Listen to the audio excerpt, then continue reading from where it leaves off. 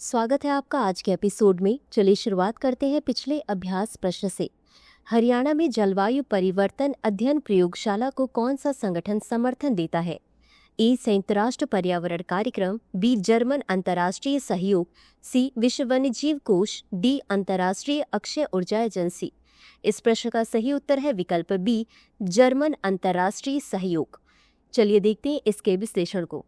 CCLL परियोजना को CAFRI-2 परियोजना के अंतर्गत जर्मन अंतर्राष्ट्रीय सहयोग द्वारा समर्थन प्राप्त है, जो भारत जर्मन सहयोग का हिस्सा है, अतः विकल्प बी सही है।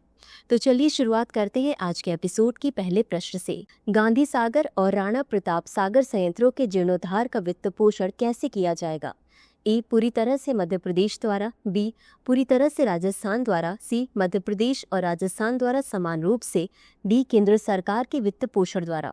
इस प्रश्न का सही उत्तर है विकल्प सी मध्य प्रदेश और राजस्थान द्वारा समान रूप से। चलिए देखते हैं इसके विश्लेषण को।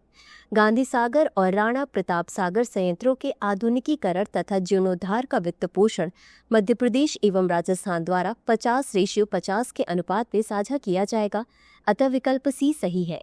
अगला प्रश्न है, उत्तर प्रदेश में संपत्ति खरीदने वाली महिलाओं के लिए स्टाम्प शुल्क में नई छूट सीमा क्या है? ए 5 लाख रुपए, बी 10 लाख रुपए, सी 50 लाख रुपए, डी 1 करोड़ रुपए। इस प्रश्न का सही उत्तर है विकल्प डी 1 करोड़ रुपए। चलिए देखते हैं इसके विश्लेषण को। उत्तर प्रदेश मंत्रिमंडल ने महिलाओं को 1 करोड़ रुपए तक की संपत्ति पर 1% स्टाम्प शुल्क छूट की मंजूरी दी है। पूर्व में यह सीमा 10 लाख रुपए थी, अतः विकल्प डी सही है। अगला प्रश्न है, पंचायत अनुसूचित क्षेत्रों तक विस्तार अधिनियम 1996 पेशा के संदर्भ में निम्नलिखित कथनों पर विचार करें। 1. इसे वर्ष 1996 में जनजातीय क्षेत्रों में रहने वाले लोगों के लिए स्वशासन सुनिश्चित करने हेतु अधिनियमित किया गया था। 2. इसने 5वें अनुसूची के राज्यों के जनजातीय क्षेत्रों में स्व जनजातीय शासन प्रदान करके पंचायतों के प्रावधानों का विस्तार किया है। उपर्युक्त में से कौन सा या कौन से कथन सही है या सही है? ए केवल 1, बी केवल 2, सी 1 और 2 दोनों, डी न तो 1 और न ही 2। इस प्रश्न का सही उत्तर है विकल्प सी 1 और 2 दोनों। चलिए देखते हैं इसके विश्लेषण को। पेशा अधिनियम को 24 दिसंबर 1996 को उन जनजातीय क्षेत्रों जिन्हें अनुसूचित क्षेत्र कहा जाता है में रहने वाले लोगों के लिए पारंपरिक ग्राम सभाओं के माध्यम से स्वशासन सुनिश्चित करने हेतु अधिनियमित किया गया था, इसलिए कथन 1 सही है। इस अधिनियम में 5वें अनुसूची वाले राज्यों के जनजातीय क्षेत्रों में स्व जनजातीय शासन प्रदान करते हुए पंचायतों के प्रावधानों का विस्तार किया, इसलिए कथन 2 सही है। 5वीं अनुसूची के राज्य हैं आंध्र प्रदेश, छत्तीसगढ़, गुजरात, हिमाचल प्रदेश, झारखंड, मध्य प्रदेश, महाराष्ट्र, ओडिशा, राजस्थान और तेलंगाना। अगला प्रश्न है, विगन मिल्क के संबंध में निम्नलिखित कथनों पर विचार करें। 1. विगन मिल्क गोजातीय दूध के विपरीत कोलेस्ट्रॉल और लैक्टोज से मुक्त होता है। 2. यह सोयाबीन, जई, बादाम और चावल जैसे पादप स्रोतों से प्राप्त होता है। उपर्युक्त में से कौन से कथन सही है? ए केवल 1, बी केवल 2, सी 1 और 2 दोनों, डी न तो 1 और न ही 2। इस प्रश्न का सही उत्तर है विकल्प सी 1 और 2 दोनों। चलिए देखते हैं इसके विश्लेषण को। विगन मिल्क पशुजनित दूध गाय का दूध के स्थान पर पौधों से बनाया गया है। जिन उपभोक्ताओं को लैक्टोज असहिष्णुता है या दूध प्रोटीन से एलर्जी है, वे अक्सर लैक्टोज मुक्त, कोलेस्ट्रॉल मुक्त और कम कैलोरी वाले होने के साझा लाभों के कारण गोजातीय दूध की तुलना में वनस्पति आधारित दूध को प्राथमिकता देते हैं, अतः कथन 1 सही है। विगन मिल्क सोयाबीन, बादाम, चावल, काजू, जई, नारियल, अखरोट, मूंगफली और भांग के बीज सहित विभिन्न प्रकार के पादप स्रोतों से प्राप्त होता है, जबकि गोजातीय दूध गाय और भैंस जैसे मवेशियों से प्राप्त होता है, अतः कथन 2 सही है। अगला प्रश्न है, खेजड़ी वृक्ष किस राज्य का राजकीय वृक्ष है? ए गुजरात, बी राजस्थान, सी उत्तर प्रदेश, डी मध्य प्रदेश। इस प्रश्न का सही उत्तर है विकल्प बी राजस्थान। चलिए देखते हैं इसके विश्लेषण को। खेजड़ी को वर्ष 1983 में आधिकारिक तौर पर राजस्थान का राज्य वृक्ष घोषित किया गया था। इसके साथ ही राज्य सरकार ने इसकी सुरक्षा हेतु प्रतिबंध लगाए, जिनमें राजस्थान काश्तकारी अधिनियम 1965 तथा राजस्थान वन अधिनियम 1953 के तहत खेजड़ी वृक्ष की कटाई पर प्रतिबंध शामिल है, अतः विकल्प बी सही है।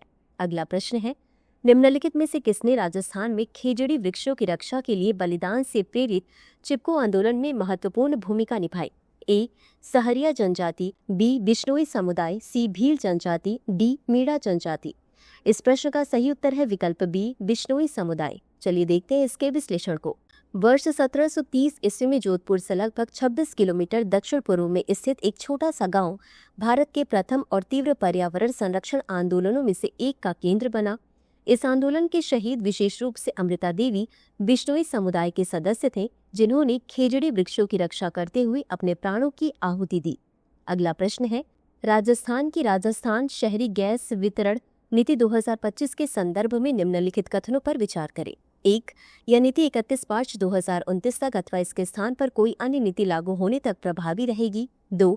कार्यान्वयन तंत्र के भाग के रूप में एक समर्पित CGD पोर्टल विकसित किया जाएगा। उपर्युक्त में से कौन सा या कौन से कथन सही है या सही है?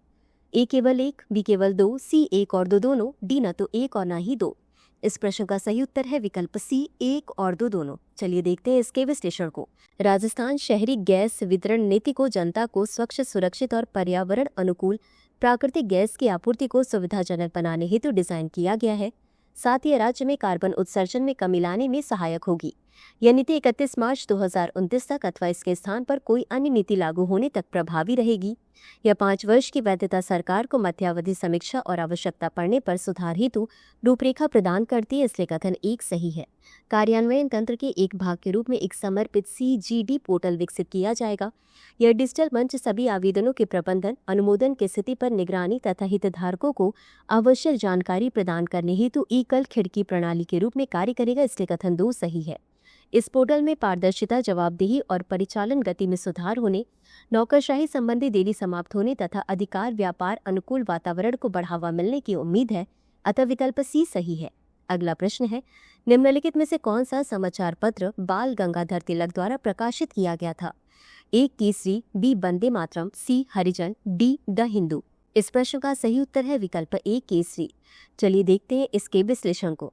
बाल गंगाधर तिलक का जन्म जुलाई 1856 में महाराष्ट्र के रत्नागिरी में हुआ था और उन्हें भारतीय अशांति के जनक के रूप में सम्मानित किया जाता है। वह पूर्ण स्वतंत्रता या स्वराज के सबसे शुरुआती और सबसे मुखर समर्थकों में से एक थे। लाला लाजपत राय और बिपिन चंद्र पाल के साथ वह उग्रवादी विचारधारा वाले नेताओं की लाल बाल पाल त्रय का हिस्सा थे। इसी के साथ अंत में देख लेते हैं आज के अभ्यास प्रश्न को। थार रेगिस्तान के संदर्भ में निम्नलिखित कथनों पर विचार करें। 1. यह भारत के सबसे बड़े राष्ट्रीय उद्यानों में से एक डेजर्ट नेशनल पार्क का घर है। 2. यह रेगिस्तान विश्व के सबसे बड़े लिग्नाइट कोयला भंडारों में से एक को समेटे हुए है। उपर्युक्त में से कौन सा या कौन से कथन सही नहीं है या नहीं है? A केवल 1, B केवल 2, C 1 और 2 दोनों, D न तो 1 और न ही 2। इस प्रश्न का उत्तर कमेंट बॉक्स में जरूर दें। आज के लिए बस इतना ही। धन्यवाद। डियर व्यूअर्स, अपने एग्जाम की तैयारी को और बेहतर करने के लिए हमारे चैनल को लाइक, शेयर और सब्सक्राइब करना न भूलें।